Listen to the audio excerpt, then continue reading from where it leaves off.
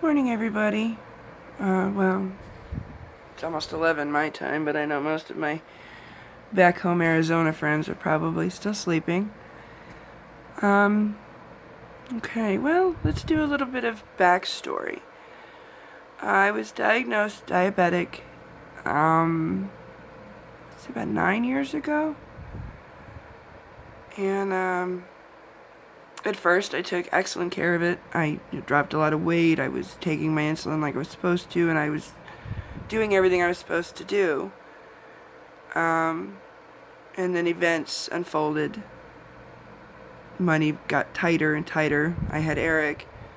And then, a lot of times it would come down to which was more important, diapers for the baby or my insulin, or food for the baby or my medication. And of course, Eric always won. I never felt bad, never felt sick, things like that. So it didn't seem that tragic to me to have to go without my medication, if that makes any sense. I mean, if I'd felt bad, maybe I probably would have done differently, but I didn't feel bad. I felt fine. Excuse me. Then we made the decision to move to Michigan, which, even with all that's happened, has still been the best decision we made. I love it here, and I can't imagine going back to the desert. I hate the heat, so sorry, guys. But I was doing fine, and woke up one morning and my foot was swollen. Not red, not hot, just swollen. And I figured, well, I'm fat and diabetes, probably a poor circulation. That's probably all it is, nothing to worry about. A couple days later, the swelling went down. A few days later, swelling again. Same thing, not hot or red, just arbitrarily swollen. It had no real reason for it, so I blew it off.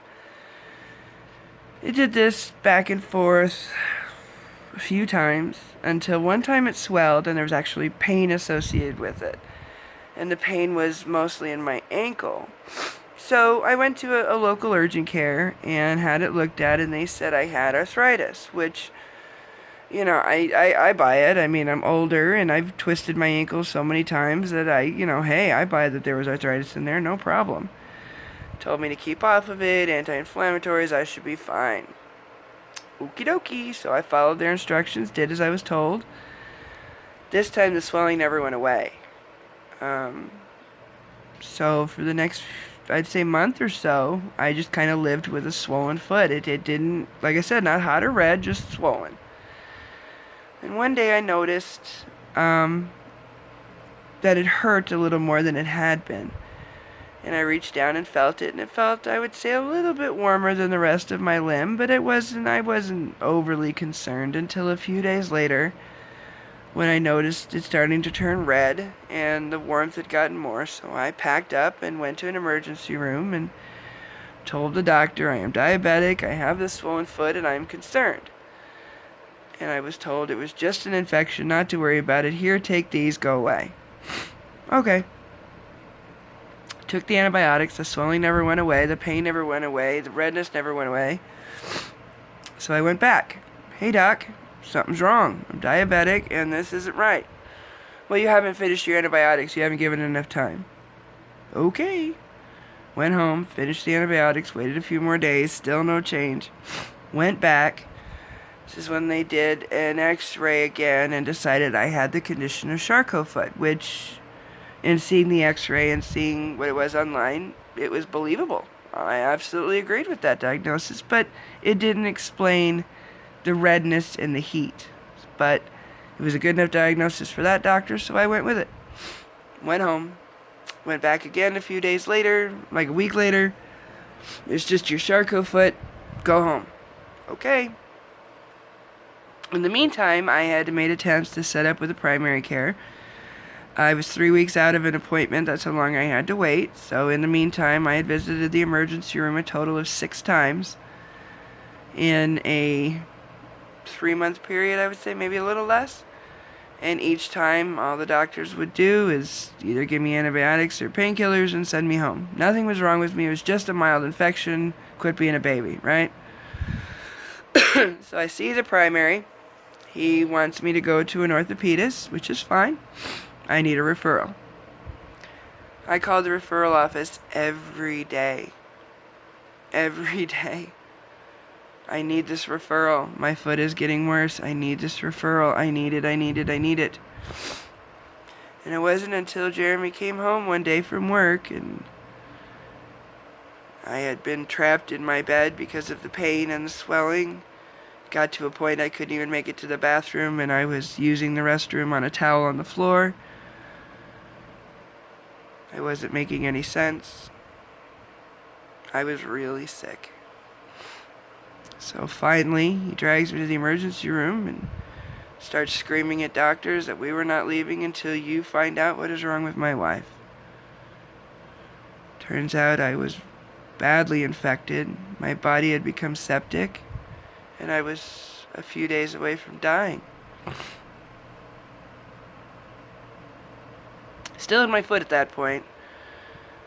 Dr. Rosbach, who's my surgeon, tried everything he could to try and save it, but the Charcot foot had gotten so bad that he said, after doing the pathology on the foot, that every bone in my foot was broken aside from my toes. And it was all filled with osteomyelitis, and it was just a matter of time. It was a ticking time bomb. So the decision to remove the foot and part of the leg was the right one, but I have to wonder if any one of those previous doctors from any one of those 6 visits had stopped for just a minute and done a blood test, see how sick I really was, maybe I would still have my foot. Because if they had seen how infected I was, they would have admitted me, IV antibiotics, and I might still have my leg. There are days that I want to find each of these ER doctors and stand them at attention and say, why was I expendable to you? Why didn't you try? Why didn't you hear me when I told you that something was wrong?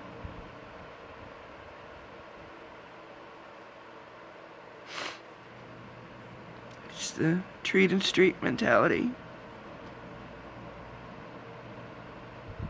And I do blame them. I blame myself for my part in it. Obviously, if I had taken better care of myself, it never would have gotten to that point. But when I got to a point where I needed help, nobody helped me. And I blame them. A simple blood test to check my white blood cell count would have shown how infected I was.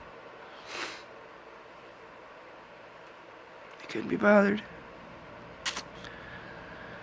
So, God bless Dr. Rosbach for trying so hard to save my leg. And God bless him for doing such an amazing job in removing it. So I figured, since it's time to change the bandages anyway, I would go ahead and let you guys see the progress I've made. I haven't figured out how to get photos on YouTube. It looks like I'll have to make like a little montage of pictures into a movie and do it that way. And once I figure out how to do that, I'll do it. I'm just not as computer savvy as I once was. Now, if you're squeamish, it's not like, it's not gross or anything, but, let's face it, it's a missing leg. So if that bothers you, you might want to stop now. If it doesn't bother you, woohoo, we can enjoy this together. So, there it is.